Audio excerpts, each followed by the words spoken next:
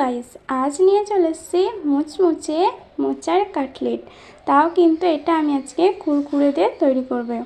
এটা যদি তোমাদের একটু হলেও ভালো লেগে থাকে বা একটু হলেও মনে হয় যে টেস্টি হয়েছে, তাহলে কিন্তু সাবস্ক্রাইব, শেয়ার অ্যান্ড কমেন্ট করে যাবে। আর একটা কিন্তু লাইকও অবশ্যই চাই। তো দেখা যাক কীভাবে আমি এটা তৈরি করছি। দেখো, আমি একটা মোচা নিয়ে নিয়েছি। এই মোচাটা আমি এরপর একটা করে যে মোটা মোটা ওইগুলো ছাড়িয়ে ফেলে দিচ্ছি।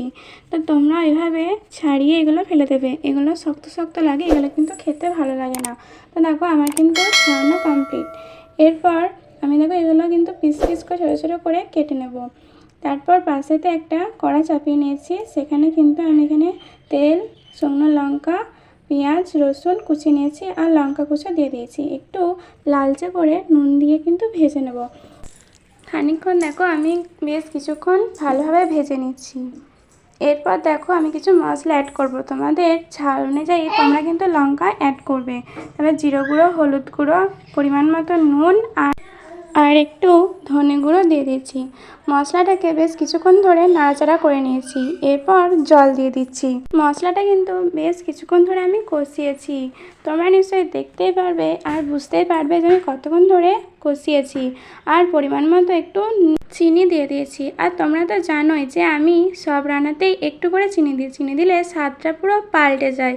তারপরে ওই যে কেটে রাখা মোচাগুলো দিয়ে দিচ্ছি। আর সিদ্ধ করে আলুটা আমি একটু গ্রেট করে রেখেছিলাম, তো আমি সেটা এবার দিয়ে দিয়েছি।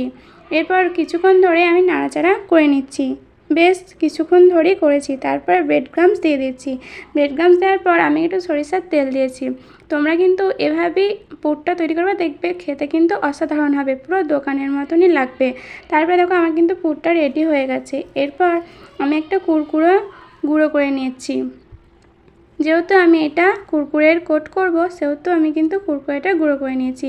এরপর কর্নফ্লাওয়ার দিয়ে দিচ্ছি, পরিমাণ মতো নুন আর একটু লঙ্কা গুঁড়ো দিয়ে দিয়েছি। তোমরা চিলি ফ্লেক্সও দিতে পারো, আমি চিলি ফ্লেক্স দিয়েছি। তো তোমরা যে কোনো কিছু দিতে পারো। জল দিয়ে কিন্তু এবার গুলে নিচ্ছি। এরপর একটা কাটলেটের মতন শেপ দিয়ে দিয়েছি। তোমরা এটা কিন্তু চ্যাপটাও করতে পারো। আমি এভাবে গোল মতন করে শেপ দিয়েছি। এরপর ডুবাও আর একটা কোট দাও, তাহলেই কিন্তু মুচমুচে কিন্তু রেডি হয়ে যাবে। তোমরা চাইলে দুবার করেও কোট দিতে পারো। আমি কিন্তু প্রত্যেকটা কিন্তু দুবার করেই কোট দিয়েছি। তো এভাবে ভালোভাবে হাত দিয়ে পাকিয়ে নেবে। তোমাদেরকে দেখো আরেকটা আমি এভাবেই করে দেখাচ্ছি।